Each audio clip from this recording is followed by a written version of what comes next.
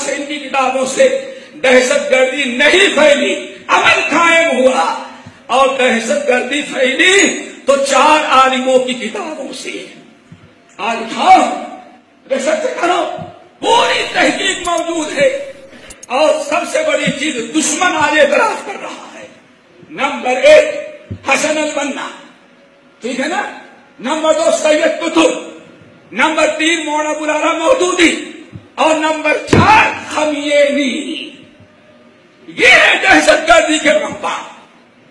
اٹھاؤ کتابیں، کس نے خروش سے حملہ دی ہے، بدامنی کس نے پھیلائی ہے، کس کی کتابیں پڑھنے سے آیا یہ بھی کافر، یہ بھی کافر، یہ بھی کافر۔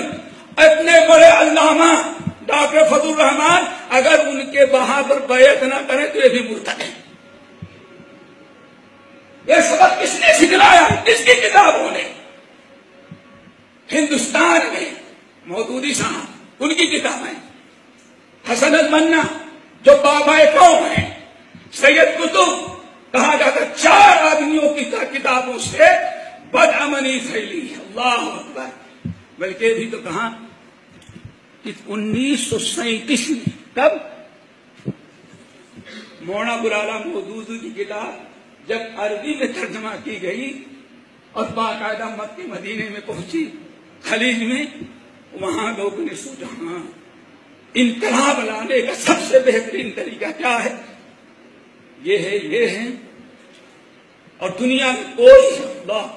دنیا میں کوئی ایک انسان مسلمان نہیں ہے، سب کے سب کافر ہیں۔ اسی لیے بدامنی کہاں سے پھیلی؟ 1941 میں جب مولانا ابو العلا مودودی رحمت اللہ علیہ بیعت لینے لگے، جماعت اسلامی کی تنظیم شروع کی، تو مولانا عطا اللہ حنیف بھوٹیانی جیسا محدث، محمد اسحاق بھٹی جیسا انسان، الحمدللہ مورخ اسلام، مولانا علی میاں ندوی، مولانا منظور احمد نعمانی، سب لوگ ایسے نیچے بیٹھے تھے۔ جب بات ہوئی کہ بھائی دنیا میں ایک انسان بھی مسلمان نہیں، ایک حاکم بھی مسلمان نہیں، ایک انسان بھی توحید پر قائم نہیں، آپ لوگ ساتھ دیں گے؟ کہا کہ ہاں۔ تو مولانا ابو العلا مودودی نے کہا اٹھو کلمہ پڑھو۔ ہاں کیا پڑھو ہمارا؟ کلمہ پڑھو۔ مولانا اسحاق کہتے ہیں ہم نے کہا ہمارا تو دادا پردادا بھی مسلمان تھا۔ وہ مسلمان کیا تھا؟ سب لوگ ایسے کھڑے ہوئے، اشہد ان لا الہ الا اللہ واشہد ان محمد رسول اللہ۔